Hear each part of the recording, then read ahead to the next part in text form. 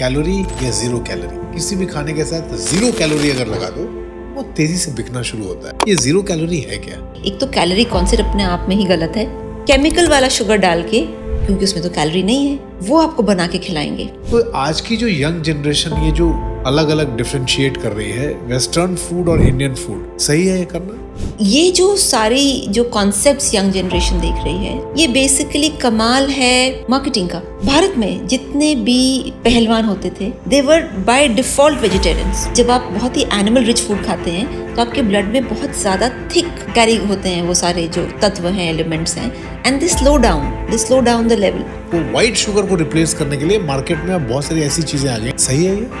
जो आप ये व्हाइट शुगर देखते हैं, इसको केमिकली ब्लीच किया जाता है। चाइल्ड ओबेसिटी का सबसे बड़ा कारण क्या है? जब से नमस्कार, प्रणाम और नीति पथ के इस स्पेशल एपिसोड में आप लोगों का बहुत बहुत स्वागत। आज की हमारी खास मेहमान doctor Shikha Nehru Sharma.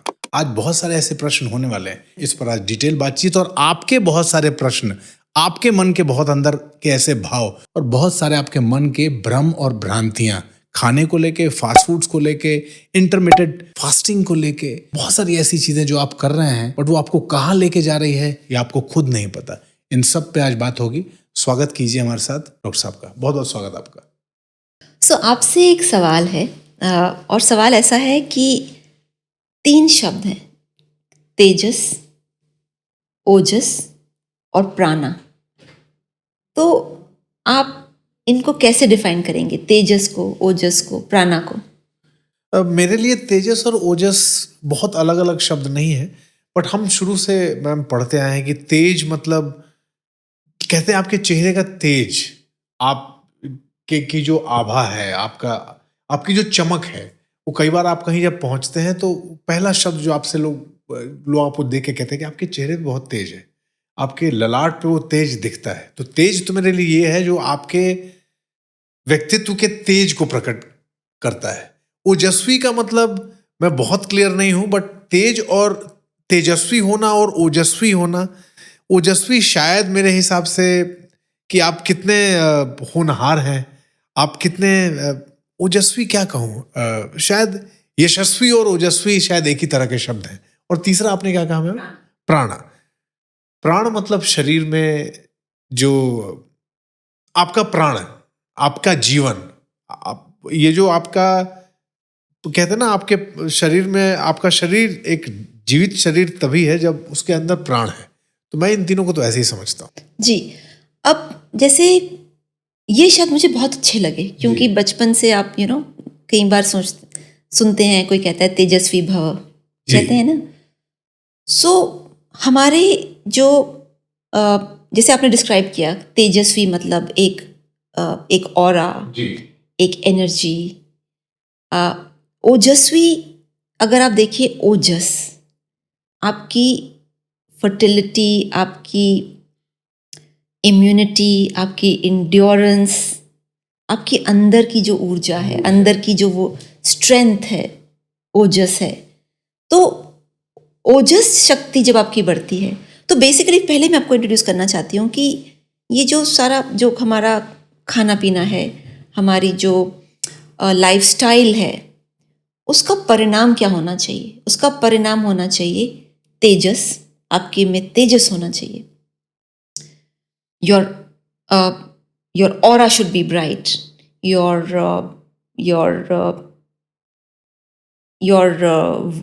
words should be clear, your brain should have clarity, आपकी आंखों में क्लैरिटी होनी चाहिए। so that is all तेज। तो this is one of the fundamental desired outcomes of a good lifestyle and nutrition। दूसरा है ओजस, की आपकी फर्टिलिटी हाई होनी चाहिए, आपकी इंड्योरेंस हाई होनी चाहिए, आपकी इम्यूनिटी हाई होनी चाहिए। यानी आप जो एनवायरमेंटल, अगर कोई आप कह सकते हैं डिफ़िकल्ट चैलेंजिंग सिचुएशंस हैं, चाहे वो इमोशनल हैं, चाहे वो फिजिकल हैं, चाहे वो जैसी भी हैं, उसको बेयर करने की शक्ति ओजस। तो एंड ओजस जिनका अच्छा होता है तो उनका डीएनए आगे वो अच्छा देते हैं, strong DNA they pass on, strong immunity they have. सब तो बीमार नहीं पड़ते, वायरस तो घूम रहा है। तीसरा है प्राणिक शक्ति। प्राणिक शक्ति जो होती है आपकी लाइफ एनर्जी है। और हॉस्पिटल्स में आम देखा गया है कि सेम पेशेंट है, सेम मतलब सर्जरी हुई है, बट जिसमें रिजॉल्व होता है, जिसमें वो एक लाइफ एनर्जी में स्ट्रांग होती है, वो रिकवर बहुत फास्ट करता है, वो एकदम कोमा से भी निकल आता है। सो वो प्राणिक शक्ति यानी a good healthy diet and lifestyle का जो आउटकम होना चाहिए, ओजस, तेजस और प्राणा होना चाहिए। मैम एक प्रश्न बड़ा आजकल लोगों के बीच चर्चा में और खासतौर पे हमारी यंग जनरेशन के बीच में कि भारत का जो खाना है और जो वेस्टर्न फूड है, उसमें लोग कहते हैं वेस्टर्न फूड की बहुत सारी ऐसी चीजें हैं जो आपको फिट रखने में, आपको दुबला पतला रखने में ज्यादा हेल्पफुल हो सकती हैं वनिस्पत आपके भारतीय खानों के। भारतीय खानों में ऑयल बहुत ज्यादा होता है। तो आज की जो यंग जनरेशन ये जो अलग अलग डिफ्रेंशिएट कर रही है वेस्टर्न फूड और इंडियन फूड, सही है ये करना? देखिए, यहाँ पे सबसे पहले तो मैं ये कहूँगी कि जैसे आजकल बहुत चलन हो गया है कि प्रोटीन पाउडर लेना है जी, और इसका चलन वहाँ कहाँ से शुरू हुआ कि वही कैलकुलेशन कि भाई हमें बॉडी को इतना प्रोटीन देना है और इतना प्रोटीन खाने से नहीं मिलेगा तो हमें प्रोटीन पाउडर ही देना है। कोई ये नहीं सोचता कि वो जो प्रोटीन पाउडर है जो दिया जा रहा है उसमें 3 प्रॉब्लम्स हैं। पहली प्रॉब्लम कि उसमें अगर आप एक्चुअल प्रोटीन जब एक्सट्रैक्ट करते हैं उसका बहुत ही खराब टेस्ट होता है, बहुत ही खराब दवाई लगता है। तो उसका टेस्ट इंप्रूव करने के लिए उसमें केमिकल डाला जाता है, केमिकल फ्लेवर है, केमिकल अरोमा है, टेस्ट है, फिर उसको डब्बे में डालने के लिए प्रिजर्वेटिव चाहिए, एक और केमिकल उसमें ऐड होता है। और फिर ये सो कॉल्ड जो प्रोटीन पाउडर जो मार्केट में जाता है, इसमें जब हम किसी भी खाने को डाइजेस्ट करना हमें है सपोज, तो उसमें सिनर्जिस्टिक मॉलिक्यूल्स भी होते हैं जिसको फ्रेंड्स कहते हैं कि भाई अगर आपको ये खाना है तो इसके साथ अगर आप ये खाएं तो ये डाइजेस्ट बेटर होता है जी। तो जब आप किसी भी चीज़ को, चाहे वो प्रोटीन है या अमाइनो एसिड एक्सट्रैक्ट करते हैं, तो उसकी जो सिनर्जी होती है ना, उसके आसपास के जो उसके फ्रेंड्स होते हैं जो उसको मदद करते हैं डाइजेशन में या बाकी चीज, वो सारी हट जाती हैं। सो ये मानना कि नहीं वो प्रोटीन पाउडर आपकी सेहत के लिए ज़्यादा बेहतर है बनस्बत की जो आपको प्रकृति से प्रोटीन मिल रहा है, ये अपने आप में बिग क्वेश्चन मार्क है। First, because of all the chemicals added. Secondly, because it is not working along with its synergistic elements. ये जो सारी जो कॉन्सेप्ट्स यंग जनरेशन देख रही है, ये बेसिकली कमाल है मार्केटिंग का। भाई आप किसी चीज को बार बार दोहराएंगे तो और बार बार सबको कहेंगे तो वो उनको लगता है कि यही सत्य है, but logically it doesn't make sense. Correct जी। Why doesn't make sense? Bharat में जितने भी पहलवान होते थे they were by default vegetarians, और वो पहलवानी करते थे। ये नहीं था कि बस बॉडी बिल्डिंग कर ली दिखावे के लिए, वो लिटरली स्ट्रेंथ और इंड्योरेंस का उनका टेस्ट होता था एंड इट वाज मैंडेटेड कि वो स्ट्रिक्ट वेजिटेरियंस रहेंगे।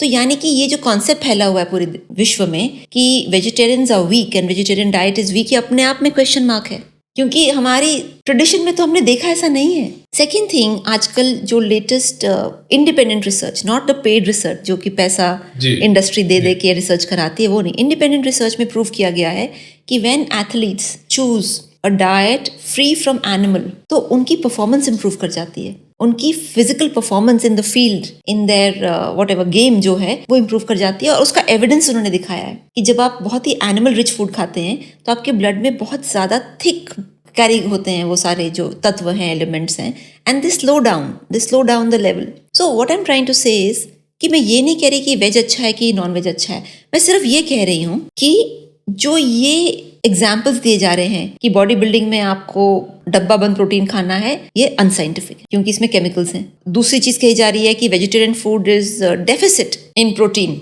वो भी अनसाइंटिफिक है क्योंकि वेस्टर्न रिसर्च ही कह रही है कि athletes perform better on a animal free diet. और आजकल तो कार्बन एमिशंस की बात हो रही है, आजकल इतनी सारी और चीज बात हो रही है, आज इन्फ्लेमेशन की बात हो रही है। सो ये जो हम कह रहे हैं ना कि ये western food is better than Indian food, so पहली बात हमें ये समझना है कि अगर हम, आपको मैं लॉजिक सिर्फ समझा रही हूँ कि अगर हम समझे कि हम एक प्रकृति का पार्ट हैं, तो जो हमारे एनवायरनमेंट में आसपास में जो प्लांट्स, पौधे और जो अनाज हमें मिलेगा वो उस प्रकृति के अनुसार होगा। हम मेक्सिको से जो कुछ चीज़ खा रहे हैं वो उस प्रकृति के अनुसार है और वहाँ के रहने वाले के लिए सही है। Why? Because the environment is interconnected with our bodies.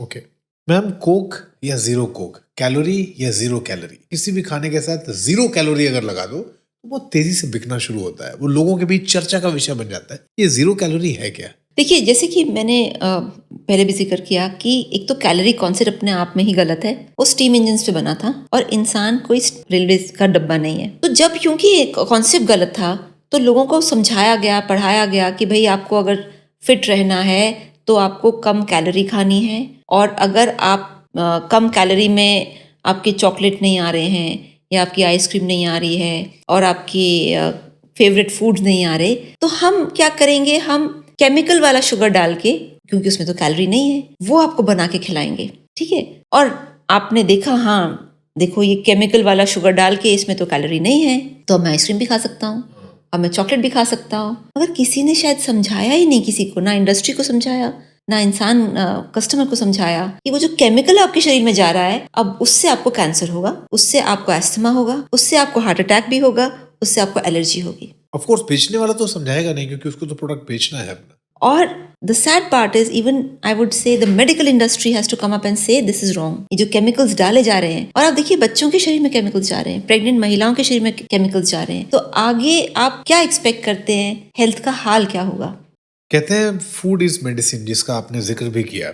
अब हम जरा सा इस बात पे आते हैं मैम कि आज के यंग जनरेशन की सबसे बड़ी प्रॉब्लम क्या है ईटिंग हैबिट्स को लेके। एक तरफ तो जिम जाना है और आपने कहा प्रोटीन, और इस प्रोटीन के डब्बे खरीदने हैं, और फिर शाम को जाके आपको वो सारी चीजें भी खानी है जिसको खाने से आपको पता है कि ये कुछ न्यूट्रिशन आपको नहीं दे रहे हैं। ये कंफ्यूज है क्या? आज की जनरेशन कंफ्यूज है कि खाएं क्या? जी, पहली चीज है कि अगर किसी को ये लगता है कि आज हमने पिज्जा खा लिया रात को और कल हम जिम में जाके इसको वर्कआउट करके बर्न कर लेंगे, हाँ। बर्न कर लेंगे, तो ये अपने आप में मिथ्या है, गलत है, राइट। और क्यों? क्योंकि जो आज आपने खाया वो 35 डेज के बाद आपकी बॉडी के लास्ट लेयर तक जाएगा, तो उसको आप बर्न तो नहीं कर पाएंगे, राइट।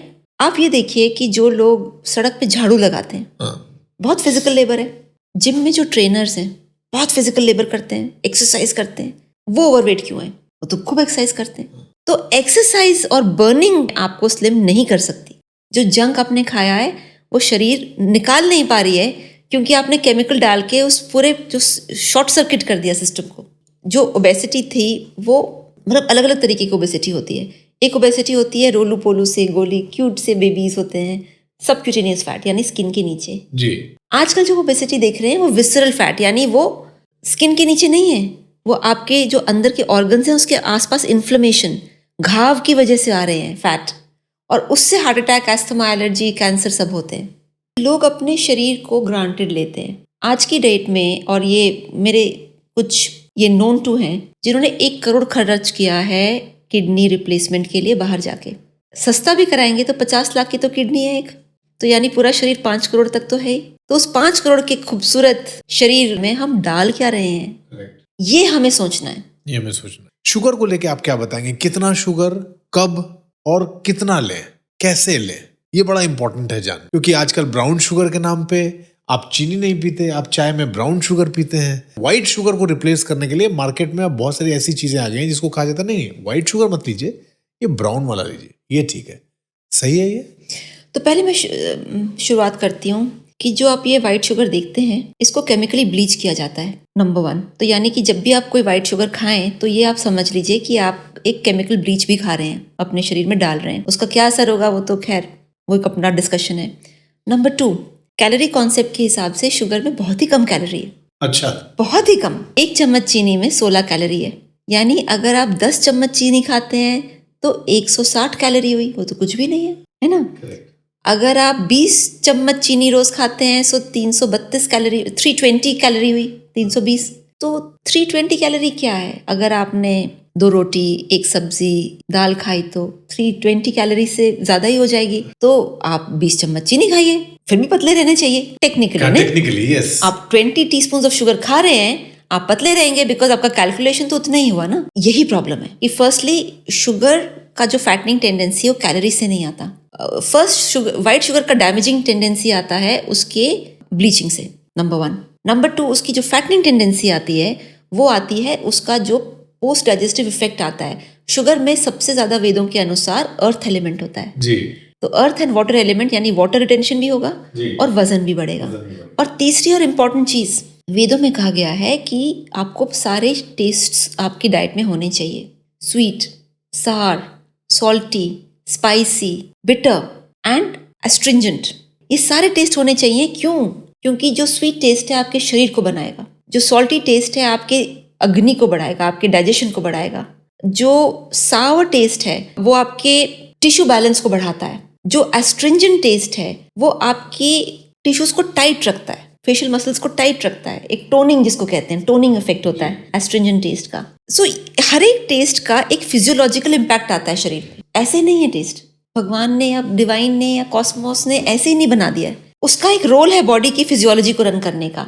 बट हम गलती क्या कर रहे हैं कि हम अंजीर खाने के बजाय, खजूर खाने के बजाय, फल खाने के बजाय, अगर आप भुट्टा भी बॉयल करके खाएं वो मीठा होता है, वो खाने के बजाय हम केमिकल खाना चाहते हैं जो शरीर को नहीं समझ आता, और वहां से बीमारियां होती हैं। तो वही साइंस जो मॉडर्न साइंस है, एक तरफ कहती है शुगर इज फैटनिंग, दूसरी तरफ कहती है sugar is very low calorie, तीसरी तरफ कहती है don't eat sugar, right? Correct. So बहुत ही कंफ्यूज साइंस है। Confuse science. ग्लोइंग स्किन के लिए लोग आजकल बहुत सारे प्रश्न पूछते हैं कि हमारी स्किन ग्लो करते रहे, इसके लिए डाइट प्लान क्या होना चाहिए, क्या खाना चाहिए कि आप चमकते रहें, आप ऐसे आपकी त्वचा जो है वो चमकती रहे। तेजस्वी खाना जिसमें तेजस निकले, अल्टीमेटली आउटकम तेजस है ना, तो रौनक जो चेहरे की है वो तेजस से आती है। जो आपके चेहरे का जो तेज आएगा वो आएगा right kind of essential fatty acid यानी ऑयल से। तो बादाम है, अखरोट है जिसमें नेचुरल ऑयल है। दूसरा जो चेहरे की जो तेज आएगा वो आएगा सर्कुलेशन से। सर्कुलेशन आएगी आपके प्राणायाम से, ब्रीदिंग से। फिर जो तेज पे जो ग्लो आता है वो पानी से आता है, हाइड्रेशन से। तो आपका वाटर इनटेक सही होना चाहिए, राइट? और फिर तेज पे जो शक्ल पे एक कलर, वो कहाँ से आएगा? फलों से, सब्जियों के रस से। सो वेजिटेबल जूस, जिसको मैं आजकल, जैसे अगर आप मॉडर्न फैशन में कहें, जिसको ABC जूस कहते हैं, मैं उसको कहती हूँ AABC जूस। अच्छा। तो ABC जूस में होता है एप्पल, बीटरूट एंड कैरेट। उसमें एक A मैंने और मिला दिया है, which is amla, apple, beetroot, carrot. Okay ma'am, अगला सवाल, एक ग्रेट मील, एक अच्छा तंदुरुस्त शरीर के लिए एक स्वस्थ खाना क्या होता है, उसकी परिभाषा क्या है? द बेस्ट मील इज जो आप भूख लगने पे खाएं। Hunger is the best appetiser and the best indicator कि कब खाना चाहिए जी। आजकल हम माइंडलेस ईटिंग करते हैं, तो first mindless eating should not be done. Second thing is, जो भी आप मील खा रहे हैं, अगर आप लंच की बात करें तो लंच में आपका डाइजेस्टिव पावर बहुत स्ट्रांग होता है। तो उसमें आप फॉर एग्जाम्पल, जैसे आजकल मिलेट्स की बात चल रही है, तो मिलेट्स की रोटी खा सकते हैं। गर्मी का मौसम अगर हो तो जौ की रोटी खाएं। सत्तू इंडिया में बहुत मिलता है, सत्तू की रोटी खाएं। एक हरे पत्तीदार सब्जी हो, एक दूसरी कोई सब्जी हो, वो खाएं। अगर आप दाल खाना चाहते हैं तो दाल को आप कितने भी फॉर्म्स में खा सकते हैं, जरूरी नहीं है कि आपको एक ही फॉर्म में खानी है। सुबह स्प्राउट्स के फॉर्म में खा सकते हैं, बॉइल्ड चना करके भी खा सकते हैं। आयुर्वेद में डेयरी प्रोडक्ट्स कभी नहीं खाने चाहिए खाने के साथ। डेयरी प्रोडक्ट्स नहीं खाने चाहिए, जैसे दही, दूध, ये सारी चीजें। बिल्कुल, बिकॉज जो भी आप डेयरी खाते हैं अनाज के साथ, उसको रॉन्ग कॉम्बिनेशन कहा जाता है। डेयरी का कोई भी प्रोडक्ट अगर खाते हैं तो पनीर, दूध, दही, कुछ भी अनाज के साथ, अनाज के साथ, जैसे आप खाने में पनीर की सब्जी खा रहे हैं, इट्स अ रॉन्ग कॉम्बिनेशन। क्योंकि डेयरी जो है वो अनाज के साथ डाइजेस्ट ही ठीक से नहीं होती, तो उसको अलग खाना चाहिए, अलग उसका कंजम्पशन होना चाहिए। अनाज के साथ आप जो चीज़ें खा रहे हैं वो आपकी नॉर्मली जो डाइजेशन में, जैसे जिसको हम कहते हैं वेदों में पथ्य और अपथ्य, good food combinations and bad food combinations, right? Good food combinations वो हैं जो एक दूसरे की मदद करते हैं डाइजेशन में, और बैड फूड कॉम्बिनेशंस वो हैं वो एंटी होते हैं एक दूसरे के। तो एंड रिजल्ट गैस है, एंड रिजल्ट एसिडिटी है, एंड रिजल्ट इंडाइजेशन है। चाइल्ड ओबेसिटी का सबसे बड़ा कारण क्या है? आजकल छोटी उम्र में बच्चे इतने मोटे हो जाते हैं, और वो मोटापा ऐसा दिखता है कि ये बच्चा और इसका वजन 80 किलो। ये चाइल्ड ओबेसिटी पिछले कुछ दिनों में देश में बहुत तेजी से बढ़ा है। क्या रीजन है मैम? क्या फूड ईटिंग हैबिट पैटर्न्स हैं या क्या है? बहुत सिंपल, आप अगर डेटा देखें, जब से international fast food chains India में आई हैं, जब से जो रेडी टू ईट जो स्नैक्स इंडिया में आए हैं डिब्बा बंद जी, तब से ये चाइल्ड ओबेसिटी के नंबर्स बढ़ते जा रहे हैं। सो अमेरिका में जब ओबेसिटी पे कोई काम नहीं हो रहा था, अमेरिका में ओबेसिटी 20-24% के करीब थी। जब से वो हेल्थ फूड का पूरा मुहिम चला है अमेरिका में, उसकी ओबेसिटी 64% तक पहुंच गई है। सो अभी तो हम जंक फूड खा रहे हैं, जब हम हेल्थ फूड खाएंगे तो हमारे बच्चों में ओबेसिटी कहाँ तक पहुंचेगी? केमिकल्स। और नाम है हेल्थ फूड, केमिकल्स, सिर्फ केमिकल्स। केमिकल्स, नथिंग एल्स, कुछ और है ही नहीं उसमें। प्रिजर्वेटिव्स, केमिकल्स, वो जो फ्लेवर है वो केमिकल है। इतना केमिकल है उस खाने में कि जो बच्चे के अंदर जो जा रहा है उसके पूरे मेटाबॉलिक प्रोसेसेस डिसरप्ट हो रहे हैं, और वो क्यूट बच्चा नहीं है, वो बीमार बच्चा है। लोगों को लगता है ये बड़ा गोलू गोलू सा क्यूट है, क्यूट है, बट एक्चुअली वो क्यूट नहीं है। आगे आने वाले बीमार समय है। में वो बहुत खतरा आने वाला है उसके साथ में। डायबिटीज हो रही है बच्चों में, डायबिटीज हो रही है, अर्ली स्टेज में डायबिटीज हो रही है बच्चों को। और टाइप 2 डायबिटीज जो कि एडल्ट्स में होती थी पहले, वो बच्चों में हो रही कितनी है। एज में हो जाती है मैम? आजकल जो डायबिटोलॉजिस्ट कह रहे हैं कि 12 साल के बच्चों को डायबिटीज टाइप 2 मिल रही है। 12 साल के बच्चे को डायबिटीज है? Type 2, type 2। जो पहले 45 पे होती थी। कारण क्या है मैम? केमिकल्स। पानी को लेके भी बड़ी सारी चीजें हैं। एक हम जल पीते थे, मुझे अभी भी याद है, और मैं अभी भी ये फॉलो करता हूँ मैम। लोटे में ताजा जल लीजिए और उसको पी लीजिए। अब आजकल अल्कलाइन वाटर, ब्लैक वाटर और एक सिंपल वाटर, इन तीनों के कॉन्सेप्ट के बारे में भी जरा बताइए। इसको भी लेके भी पागलपन है हर जगह कि मैं तो अल्कलाइन वाटर पीता हूँ, मैं तो ब्लैक वाटर पीता हूँ। ये क्या है मैम? देखिए, फर्स्टली अल्कलाइन वाटर क्या होता है? अल्कलाइन वाटर वो होता है जिसके अंदर ऐसे मिनरल्स होते हैं जो वाटर को नेचुरली अल्कलाइन रखते हैं। पहले पानी में वो मिनरल्स पहले से थे। अब हम क्या करते हैं, पहले तो आरओ लगाते हैं, उसमें से वो अल्कलाइन चीज निकाल देते हैं, फिर उसमें हम क्लीनिंग के लिए केमिकल्स पीछे से आते हैं जी, जो क्लोराइड्स होते हैं या इस तरह के केमिकल्स होते हैं। तो यानी जो आपका सप्लाई का पानी है वो ऑलरेडी पहले तो केमिकली ट्रीटेड है, तो वैसे ही एसिडिक होता जा रहा है। फिर हमने आरओ की मशीन लगा दी, तो जो रहे सही मिनरल्स थे जो उसको अल्कलाइन थोड़ा रख रहे थे वो भी हटा दिया। अब वो एसिडिक वाटर हम पी रहे हैं पैसे दे के, मशीन लगा के, और उसके बाद फिर पैसे दे के फिर हम अल्कलाइन वाटर खरीद रहे हैं। तो यानी दोनों तरफ हम पैसे ही दे रहे हैं। रात का खाना कहते हैं लोग कि लाइट खाना चाहिए, और लाइट खाने के नाम पे लोग कई बार सिर्फ सैलड्स खा लेते हैं, और ये बड़ा फ्लॉन्ट करते हैं इसको लोग कि रात को तो मैं सिर्फ सैलड्स खा के सोता हूँ। आपके हिसाब से रात का एक उपयुक्त भोजन एक व्यक्ति के लिए, एक परिवार के लिए क्या होना चाहिए? देखिए, सबसे पहले इधर मैं एक छोटी सी चीज बताना चाहती हूँ। सूर्यास्त के टाइम खाने से वेट लॉस में इंप्रूवमेंट क्यों है? तो उसका मुझे सीधा जो आंसर मिला कि जो हमारी मेटाबॉलिज्म होती है वो सूर्यास्त के बाद एक सर्कैडियन रिदम, यानी सूर्य से जो रिदम हमारी शरीर की जुड़ी है जी, उससे कोरिलेटेड है। जी। आफ्टर सनसेट हमारी सर्कैडियन रिदम स्लो डाउन करती है, हमें डाइजेस्टिव यानी एक्टिव प्रोसेस की बजाय उसको रीजेनरेशन और रिपेयर वर्क में चली जाती है। तो अब अगर ढेर सारा खाना रात को खा लें, चाहे पूरे दिन कुछ ना खाया, तो जब आपकी बॉडी रिपेयर में जाना चाहती है, रेस्ट में जाना चाहती है, हर एक टिश्यू को रिपेयर करने के लिए बॉडी की एनर्जी जाना चाहती है, आप उसको डाइजेशन में लगा रहे हैं और पूरी ब्लड सप्लाई अब आपकी स्टमक में जा रही है। तो रिपेयर कैसे होगा? सारी चीज़ें ठीक कैसे होंगी? तो रात का खाना आपका जैसे सूप्स हैं, सॉटेड वेजिटेबल्स हैं, या अगर सपोज आपको हल्की खिचड़ी खानी है वो सब खा लीजिए। खिचड़ी भी आई वुड से कि हल्की फुल्की खाइए, बट सूप्स हैं, वेजिटेबल्स हैं, मतलब कुक्ड फूड है, सॉटेड वेजिटेबल्स हैं, उस तरह का खाना खाइए, हल्का खाइए, और सूर्यास्त के टाइम खा लिया तो बहुत बढ़िया है। But salad is not really recommended technically. जी, सैलेड आपको ड्यूरिंग डे लाइट आवर्स ही खाना चाहिए, not after sunset, because digestion अच्छा नहीं होता। सैलेड में वात एलिमेंट बहुत ज़्यादा है, जी, वायु एलिमेंट बहुत ज़्यादा है। तो बट प्रकृति टू प्रकृति फर्क भी पड़ता है कि भाई जो पित्त प्रकृति के हो सकता है उन्हें इतना फर्क ना पड़े, पर जो वात प्रकृति के हैं, एयर नेचर के हैं, उन्हें ज़्यादा गैसी हो जाए। तो इसीलिए well cooked light meals should be eaten during this time, ये रात सूर्यास्त का जो टाइम है। और डेफिनेटली 9 बजे के बाद तो खाना बिल्कुल नहीं खाना चाहिए। 9 बजे के बाद खाना नहीं खाना। ब्रेन सुपर फूड, ये भी वर्ड मैंने सुना। ब्रेन सुपर फूड क्या है मैम? आयुर्वेद में तो देखिए कई सारे सुपर फूड्स हम जानते हैं। आंवला है जी, ब्रह्मी है, अश्वगंधा है, तुलसी है, ये सारे सुपर फूड्स ही हैं। अब वेस्ट थोड़ा थोड़ा अब जाग रहा है, वो भी समझने की कोशिश कर रहा है। तो ब्रेन सुपर फूड्स बेसिकली वो फूड्स हैं जो आपके ब्रेन को, नॉट माइंड, आपके ब्रेन को नरिश कर सकते हैं। सबसे पहले जो ब्रेन सुपर फूड है जो बच्चों के लिए बहुत इंपॉर्टेंट है 0 to 5 years, वो है देसी घी। Okay, because the brain development is the highest between 0 to 5 years. Second brain superfood is very clearly जैसे आपके ब्रेन को essential fatty acids चाहिए होते हैं जो कि ऑयल से आते हैं। बादाम, अखरोट, ये जितने भी ऑयल सीड्स हैं ये आपके ब्रेन सुपरफूड में ही आते हैं। तीसरी चीज़ है ब्रेन की फंक्शनैलिटी को इम्प्रूव करने में जो वेदों में कई हर्ब्स का जिक्र है, जैसे ब्रह्मी है, अश्वगंधा है।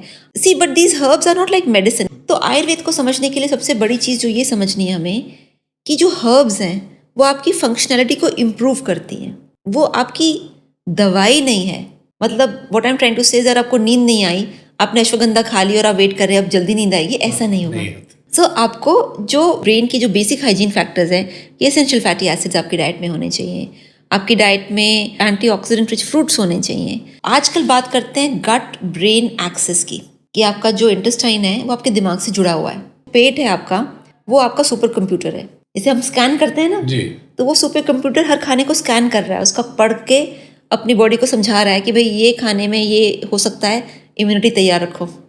अब बाहर का खाना लोगों को कितना नुकसान पहुंचा रहा है मैम? रेस्टोरेंट का खाना, फास्ट फूड खाना, ये कितना घातक और जानलेवा हो गया है आज के समय में परिवारों के लिए, बच्चों के लिए।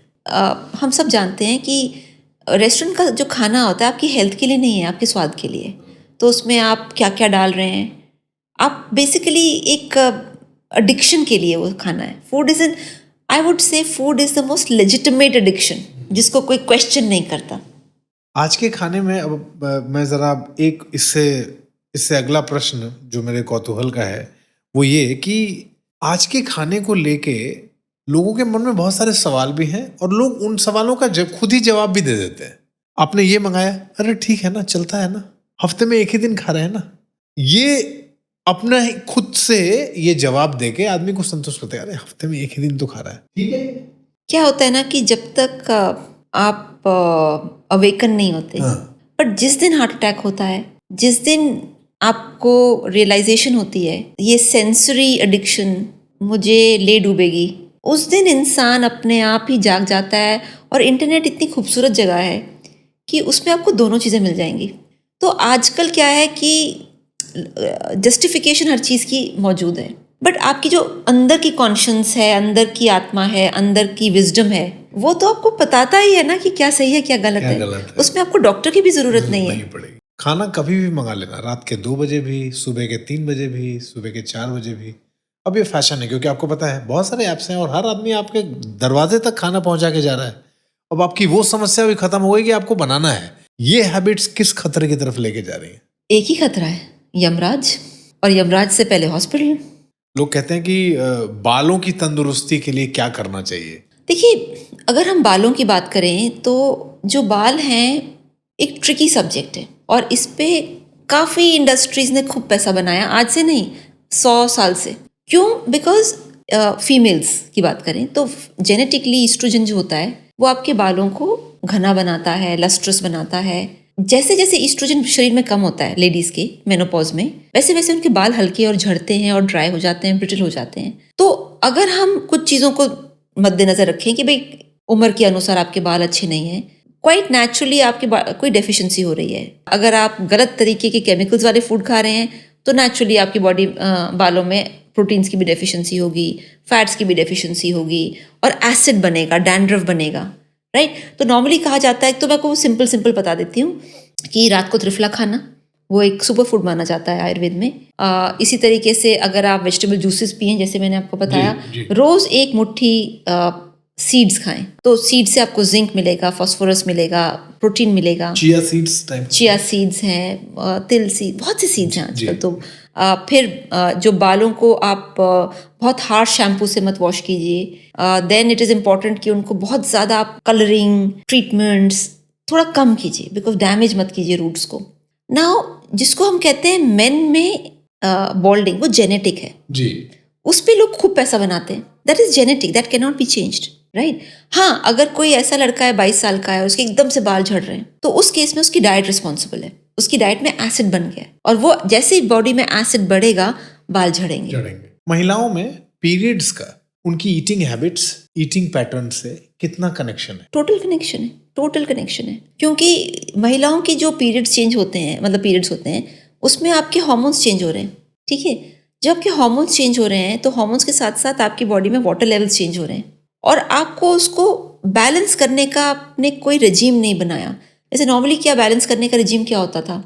ब्रेथ वर्क, योगासन, देन हैविंग नेचुरल फूड्स। अब आपकी बॉडी ऑलरेडी इम्बैलेंस में जा रही है, उसमें या तो पित्त बढ़ा हुआ है। जैसे पित्त बढ़ता है तो विमेन के पीरियड्स में हेवी पीरियड्स होते हैं, क्लॉट्स बनते हैं। वात बढ़ता है तो पीरियड हेवी नहीं है मगर पेनफुल है। तो ये आपकी जब बॉडी की खाने पीने और लाइफस्टाइल से जब आपकी बॉडी की एनर्जी चेंज हो गई है, इम्बैलेंस आ गया है, तो आपको उसी तरह के पीरियड्स में चेंज आएगा।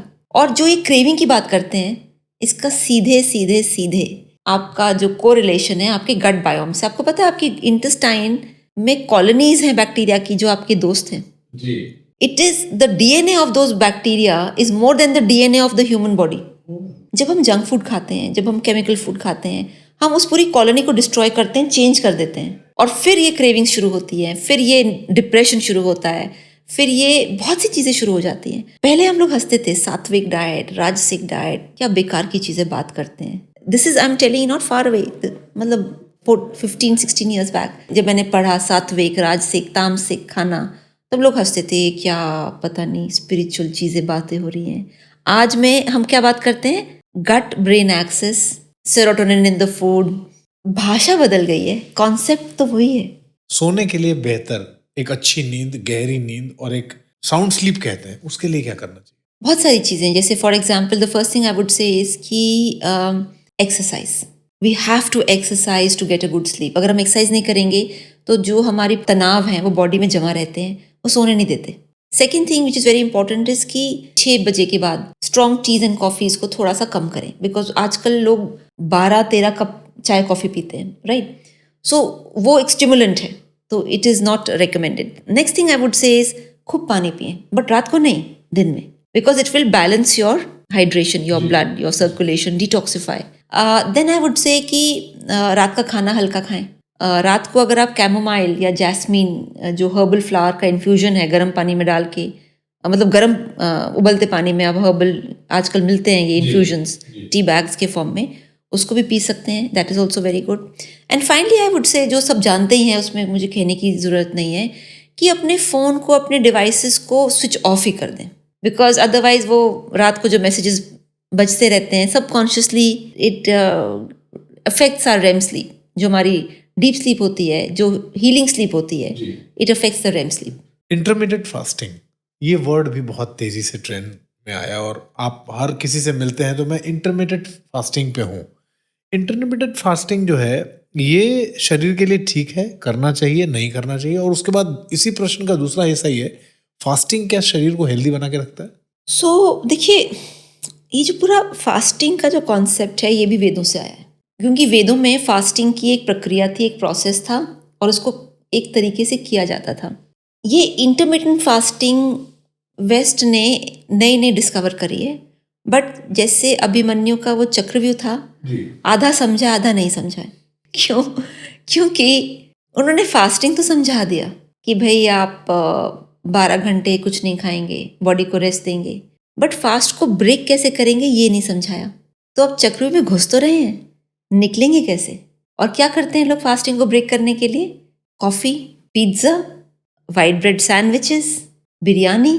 तो लोगों ने क्या किया है इस फास्टिंग का, कि उनको ये समझ आ गया कि भाई मुझे अगर अपने पसंद के खाने खाने हैं, चाहे वो बिरयानी हो, चाहे वो पिज्ज़ा हो, चाहे वो समोसा हो, तो मैं इस विंडो में खा सकता हूँ और बाकी टाइम नहीं खाना खाऊंगा, तो मैं इंटरमिटेंट फास्टिंग कर रहा हूँ। उनको ये समझ नहीं है कि जब आप बॉडी को इंटरमिटेंट फास्टिंग में डालते हैं इंटरमिटेंट या वॉट एवर, तो जब बॉडी उससे बाहर निकलती है तो वो एसिडिक हो चुकी है। उस समय आप उस फास्ट को ब्रेक करने का तरीका है, कोकोनट वाटर है, खजूर है, अंजीर है, उससे आप ब्रेक करते हैं।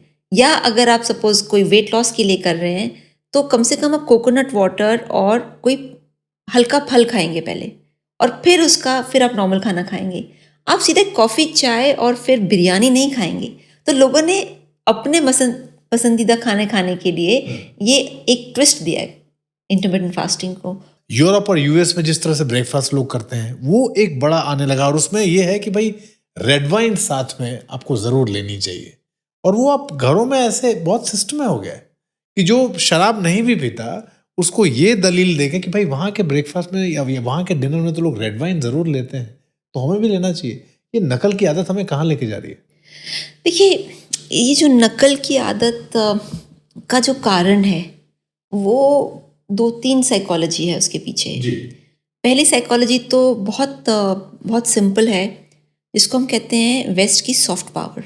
वेस्ट की जितने भी, क्योंकि इंटरनेट स्ट्रीमिंग शुरू हो गई है, उनके सीरियल्स हम देखते हैं, उनकी मूवीज़ हम देखते हैं, खूबसूरत स्लिम ट्रिम लोग देखते हैं और वो ये सब खाते हुए देखते हैं, तो हमें लगता है कि शायद ये सब खाने से हम वो बन जाएंगे, right, which is not true because obesity in America is very high. ऐसे लोग अमेरिका में नॉर्मल इंसान ऐसा नहीं है जैसे वो फिल्मों में दिखता है. Number one. Number two, I think अब तो धीरे धीरे शायद बदलाव आ रहा है, बट इंडिया में इतने सालों से, कितने हंड्रेड्स ऑफ इयर्स से हमारी जो लिटरली जो एक साइंस है, जो हमारी रिसर्च है, जो हमारे जो रिच साइंटिफिक ट्रेडिशंस हैं, उनको ख़त्म कर दिया गया था.